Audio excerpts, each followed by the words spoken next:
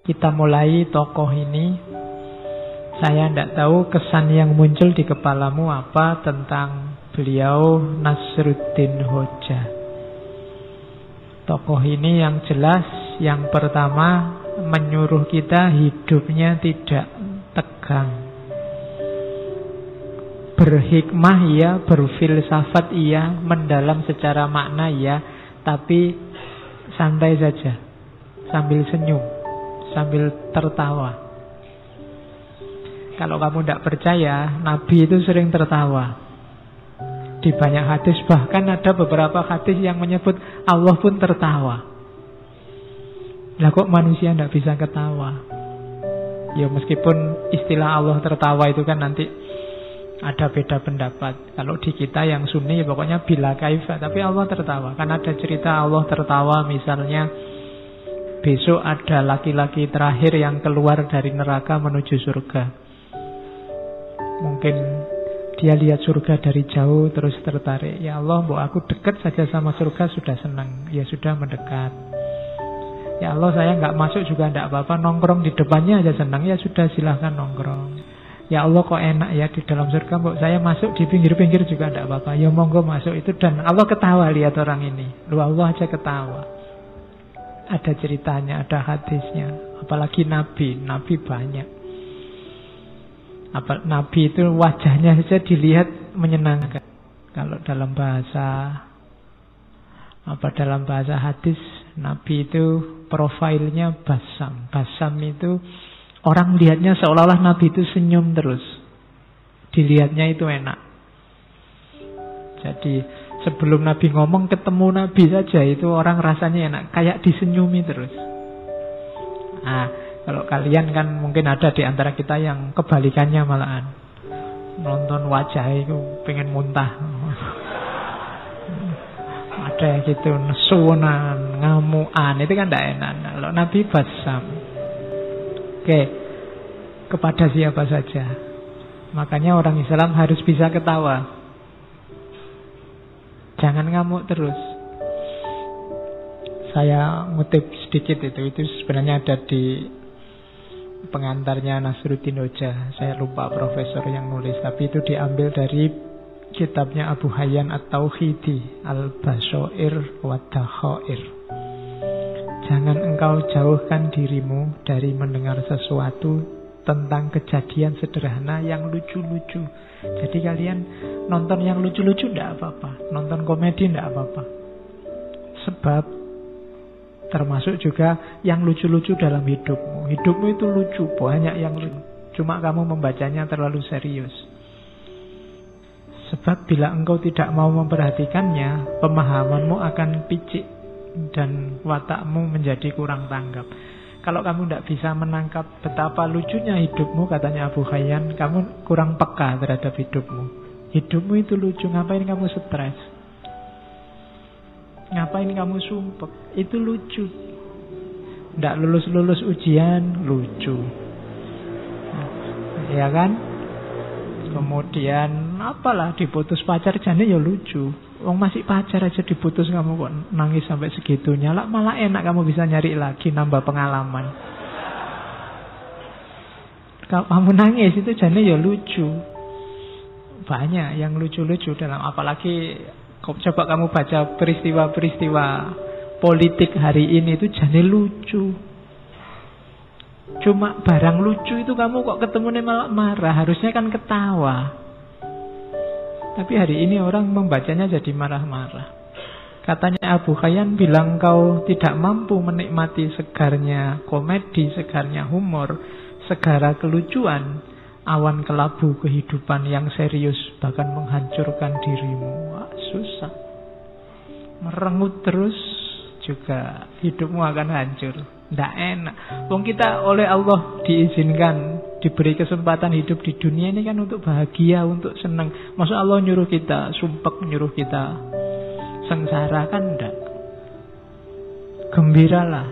Hidup ini menggembirakan. Jadi tertawalah. Ini filosofi yang dipakai oleh Abu Hayyan At-Tauhidi dan Nasruddin Hoja nanti gayanya semacam ini.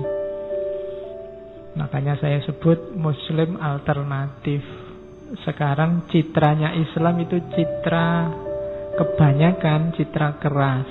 Ya meskipun itu salah, tapi ada indikator-indikator yang membuat orang menyimpulkan itu. Mari kita akhiri itu, tampilkan wajah Islam yang melahirkan tawa, melahirkan senyum. Kadang-kadang ada orang bikin komedi, bikin humor, kamunya serius. Betul. Jadinya nggak jadi ketawa, malah marah. Akhirnya orang takut lagi ngomong yang lucu-lucu. Akhirnya ngomongnya serius terus. Akhirnya wajahnya kayak kalian kelihatan cepet tua kabeh. Antara wajah sama umur berbanding terbalik. Jadi ketawalah, senyumlah. Hidup ini indah, hidup ini nyaman. Kalau ada masalah itu sebenarnya kelucuan dalam hidupmu. Ketawain saja. Betapa lucunya dirimu. Nah, itu lebih nyaman. Itu rumus dari Nasruddin. Dan Sufi juga, Nasruddin ini seorang Sufi juga banyak memfungsikan humor. Coba dilihat para Sufi, coba dilihat para ulama besar. Itu kan hidupnya serba senyum, banyak humornya. Ulama-ulama yang ilmunya sudah tuntas itu kalau ngomong kan enak didengarkan, dan kadang-kadang ya dagelan-dagelannya banyak, membuat kita tertawa, membuat kita tersenyum. Ini orang yang sudah luas sehingga bisa menerima apapun. Kemampuan menertawakan hidup itu tidak sembarangan.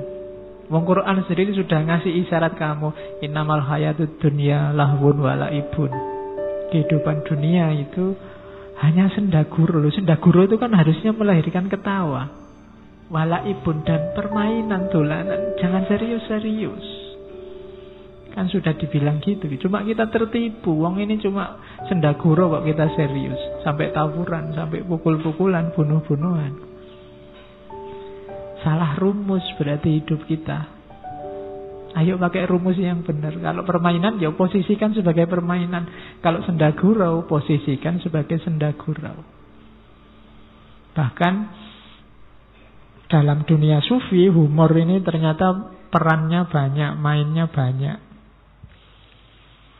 Ada teori bahwa kalau dalam sufi itu humor itu termasuk humornya Nasruddin, itu ada kalanya untuk menggugah pikiran. Orang yang jeli membaca humornya Sufi itu tidak cuma dilihat cerita lucunya. Di balik itu ada makna yang dalam. Dan itu bisa dikejar bagi orang yang daya pikirnya jalan, daya analisisnya jalan. Tapi orang yang hanya dapat lucunya, ya nggak dapat maknanya. Kayak para wali zaman dulu ketika menyampaikan ajaran Islam itu kan pakai media budaya. Pakai wayang, pakai model baju, pakai punokawan yang suka ndagel. Itu kan media humor. Kalau para wali yang dalang, meskipun punokawan, meskipun ada Semar Bagongnya, ada limbuannya mungkin, tapi lucunya pasti ada maknanya. Tidak tahu maknanya pun tidak apa-apa, kamu dapat ketawanya, tapi kurang dalam. Ketawanya sudah dapat, cuma dalamnya. Dulu waktu di antara yang diperdebatkan Sunan Kalijogo sama Sunan Giri kan itu, Sunan Giri orangnya serius. Sunan Kalijogo maunya, ya sudah kita ambil pelan-pelan. Lah nanti kalau umat tersesat, enggak kalau tersesat. Wong ini umat Islam ini kan akalnya jalan. Lama-lama mereka juga ngerti rahasianya. Lama-lama juga mereka bisa belajar sendiri, tahu yang benar. Sekarang biar mereka tertarik dulu lah pakai media-media budaya, termasuk pakai humor. Kalau ada ustadz atau ulama atau kiai ceramah yang tidak ada humornya sama sekali kan, ya paling kamu ngantuk, paling hadir sekali dua kali, besok nyari alasan kalau diajak. Penariknya kurang, pemicu berpikirnya kurang. Maka fungsinya humor dalam sufi yang